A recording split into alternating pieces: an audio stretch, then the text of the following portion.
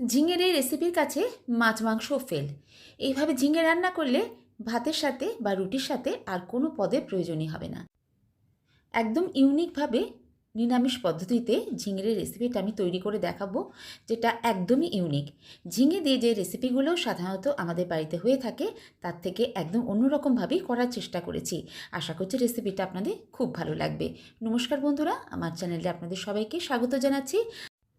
আজকে নিয়ে এসেছি ঝিঙের একদম নিরামিষ দুর্দান্ত একটা রেসিপি, যেটা খুবই ইউনিক।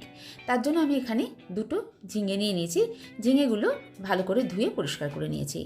এখানে আমার দুটো ঝিঙে লাগবে না, আমি একটা ঝিঙে দিয়ে রান্নাটা করব, কারণ ঝিঙেটা বেশ বড় সাইজের। অবশ্যই সঙ্গে থাকুন, পুরো রেসিপিটা দেখুন কীভাবে আজকের আমি এই রেসিপিটা বানাচ্ছি। প্রথমে ঝিঙেটা নিয়ে দুদিকটা কেটে নিয়েছি। এবার ঝিঙেটাকে পিল করে নিচ্ছি বা ছাড়িয়ে নিচ্ছি। তবে পুরো খোসা ফেলে দেব না, ঝিঙে খোলার মধ্যেও অনেক ভিটামিন থাকে, তাই পুরোটা না ফেলে ঝিঙে শিরাগুলো ফেলে দিচ্ছি। শিরার যে অংশগুলো শক্ত হয়, যেগুলো মুখে পড়লে খেতে ভালো লাগবে না, সেগুলোই ফেলে দিচ্ছি। ঝিঙের আজকে যে রেসিপিটা বানাবো তার জন্য ঝিঙের পুরো খোসা কিন্তু ফেলা যাবে না। ঝিঙে রান্না হওয়ার পরে বেশ নরম হয়ে যায় আর একটু চুপসে যায়, তাই সবটা খোসা না ফেলে এইভাবে একটু রেখে রেখেই ছাড়িয়ে নেব। ঝিঙের খোসাটা দেখুন আমি ছাড়িয়ে নিয়েছি। এবার ঝিঙেগুলো টুকরো করে নিচ্ছি। 1.5 ইঞ্চি মতো গ্যাপ দিয়ে এভাবে প্রথমে টুকরো করে নেব। তারপর মাঝখান থেকে এইভাবে একটা করে ফালি দিয়ে নেব। দেখতেই পাচ্ছেন ঝিঙেটা কীরকম কচি কচি ঝিঙে দিয়ে কিন্তু যে কোনো রেসিপি খুবই ভালো লাগবে। আর এই রেসিপির জন্য অবশ্যই এরকম ঝিঙে নিতে হবে। ঝিঙেগুলো এভাবে কেটে দুভাগ করে নিলাম। এবার এগুলোকে ভালো করে ধুয়ে একটা প্লেটের মধ্যে আমি নিয়ে নিয়েছি। এবার দেখুন গ্যাসে একটা কড়াই বসিয়ে দিয়ে নিয়ে নিলাম এর মধ্যে হাফ বাটি বেসন। বেসনটাকে একটু নেড়ে নেব। বেসনটা কাঁচা ইউজ না করে এভাবে একটু কড়াই ভেজে নিলে বেসনের সুন্দর একটা গন্ধ আসে। এই সময় গ্যাসের আঁচ একদমই বাড়ানো যাবে না, একদম লো ফ্লেমে রেখে বেসনটা ভেজে নেব। দেখবেন ভাজতে ভাজতে সুন্দর একটা গন্ধ আসবে, তখন গ্যাসের ফ্লেমটা অফ করে দিয়ে এটাকে নামিয়ে নেব।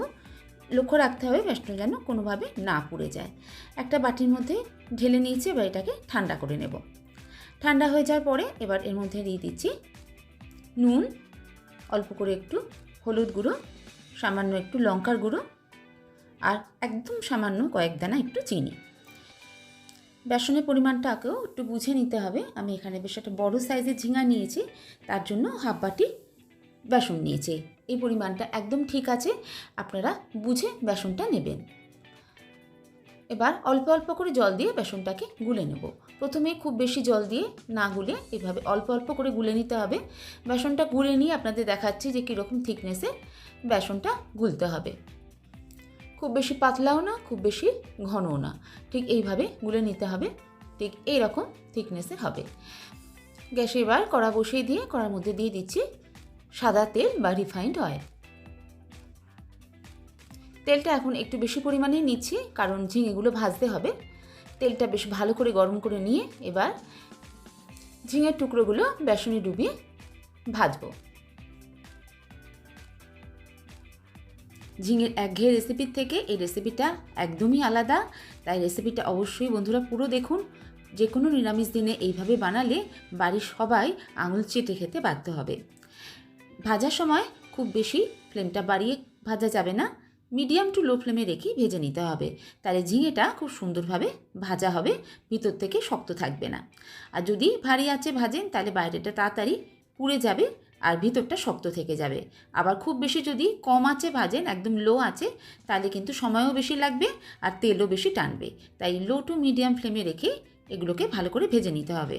এটা যতক্ষণ ভাজা হচ্ছে এবার একটা মশলা বানিয়ে ফেলবো রান্নার জন্য। গ্রাইন্ডারের জারে আমি এখানে প্রথমেই নিয়ে নিচ্ছি 1 চামচ পোস্ত, আর সঙ্গে দিচ্ছি 1.5 চামচ সাদা তিল। প্রথমে এগুলোকে একবার শুকনো গুঁড়ো করে নেব। এবার এর মধ্যে ঝালের জন্য দিয়ে দেব 3টে কাঁচা লঙ্কা। ঝালটা অবশ্যই নিজেদের স্বাদ অনুযায়ী দিতে হবে। এর মধ্যে দিয়ে দিলাম অর্ধেক টমেটো।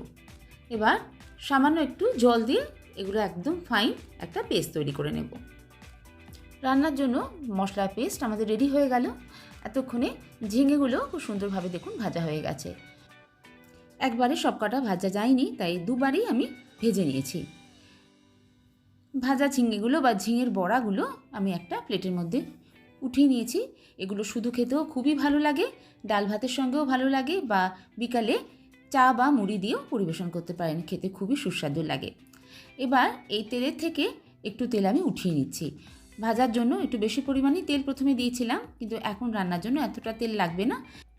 খানিকটা তেল তুলে রাখার পরে এবার এর মধ্যে দিলাম হাফ চামচ সাদা জিরে আর একটা শুকনো লঙ্কা। ফোড়নটা কয়েক সেকেন্ড নাড়াচাড়া করে নেব। ফোড়ন থেকে যখন সুন্দর গন্ধ আসবে এবার এর মধ্যে দিয়ে দেব মশলার পেস্টটা। সামান্য জল দিয়ে জারটা ধুয়ে অল্প একটু জল দিয়ে দিলাম। এবার এটাকে ভালো করে কষে নেব। কষতে কষতে এর মধ্যে কিছু গুঁড়ো মশলা দিয়ে দিচ্ছি। হলুদ গুঁড়ো দিয়ে দিলাম, আর হাফ চামচ দিয়েছি জিরে গুঁড়ো। কালারের জন্য দিয়ে দিচ্ছি কাশ্মীরি লঙ্কার গুঁড়ো, এতে কালারটা খুব সুন্দর আসবে। এবার লো টু মিডিয়াম ফ্লেমে রেখে মশলাটা ভালো করে কষে নিচ্ছি।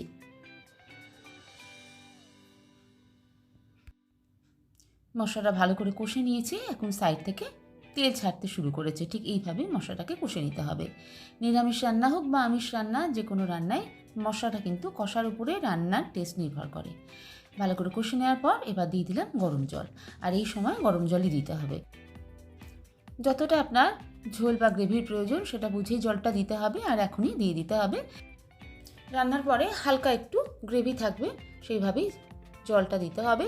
খুব বেশি গ্রেভি হলেও রান্নাটা খেতে ভালো লাগবে না, তবুও আপনি যেরকম পছন্দ করবেন সেভাবেই ঝোলটা দেবেন। এবার স্বাদ অনুযায়ী নুন দিয়ে দিয়েছি, আর একদম সামান্য একটু চিনি দিয়েছি। যেহেতু একটু নিরামিষ রান্না, হালকা একটু মিষ্টি হলে খেতে ভালো লাগবে। এবার ঝোলটাকে একবার প্রথমে ভালো করে ফুটিয়ে নিতে হবে। ঝোলটা ভালো করে ফুটে গেছে, এবার এর মধ্যে ঝিঙের বড়াগুলো দিয়ে দেবো।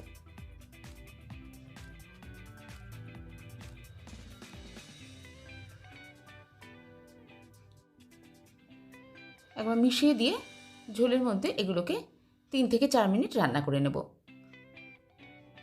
কয়েকটা চেরা কাঁচা লঙ্কা দিয়ে দিলাম। এবার ফ্লেমটাকে কমিয়ে দিয়ে ঢাকা দিয়ে ঠিক 3 থেকে 4 মিনিট রান্না করে নেব। এতে ঝোলের যে টেস্টটা সেটা ঝিঙের মধ্যে সুন্দরভাবে চলে আসবে। 4 মিনিট রান্না করে নিয়েছি। এখন রান্নাটা প্রায় শেষ হয়ে এসেছে। নামাবার আগে এর মধ্যে দিয়ে দেব ধনেপাতা। ধনেপাতার টেস্টটা এর মধ্যে ভীষণই ভালো লাগে। আর যদি ধনেপাতা না থাকে তাহলে তার জায়গায় অল্প করে একটু ঘিয়ের ব্যবহার করতে পারেন। ঝিঙের এই নিরামিষ রেসিপিটা রান্নাটাও যেমন ইউনিক, স্বাদেও কিন্তু একদমই ইউনিক, আর সত্যি বলতে অতুলনীয়। ভাত দিয়ে যেমন খেতে দুর্দান্ত লাগবে, রুটি দিয়েও খেতে খুব ভালো লাগবে। এটা রান্না করে যাকেই খাওয়াবেন সে অবাক হয়ে যাবে যে ঝিঙে দিয়েও একটা এত সুন্দর নিরামিষ রেসিপি রান্না করা যায়। দেখুন রান্নাটা কীরকম দেখতে হয়েছে। ঠিক এইভাবে ঝিঙের বড়াগুলো থাকবে, আর তার সঙ্গে এরকম হালকা একটু আমি গ্রেভি রেখেছি। এরকম গ্রেভি থাকলেই ভাত বা রুটি দুটো দিয়েই খেতে খুবই ভালো লাগবে। এর থেকে বেশি ঝোল লাগলে, বেশি পাতলা হলে কিন্তু এটা ভালো লাগবে না। ঠিক এই রকম ঝোল রাখারই চেষ্টা করবেন। গ্যাসের ফ্লেমটা অফ করে দিয়ে ঢাকা দিয়ে 5 মিনিট রেখে দেবো, যাতে ধনেপাতার গন্ধটাও রান্নার মধ্যে খুব সুন্দরভাবে ছড়িয়ে যায়।